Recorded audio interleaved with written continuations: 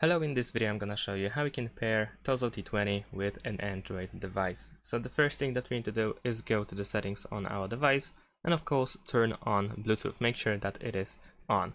After that we can open the case with the earbuds and now we can take them out. Once we take them out, we can take a look at the front of the earbuds. Over here we have the display of lights. If it's flashing white color like it is seen in the video right now, then you can connect them with any other device. So I'm gonna pair right now. So select TOZO T20 from the list of available devices on your smartphone and then pair it. Once you pair it, then of course you will see the information that they are in use, and that's all you need to do.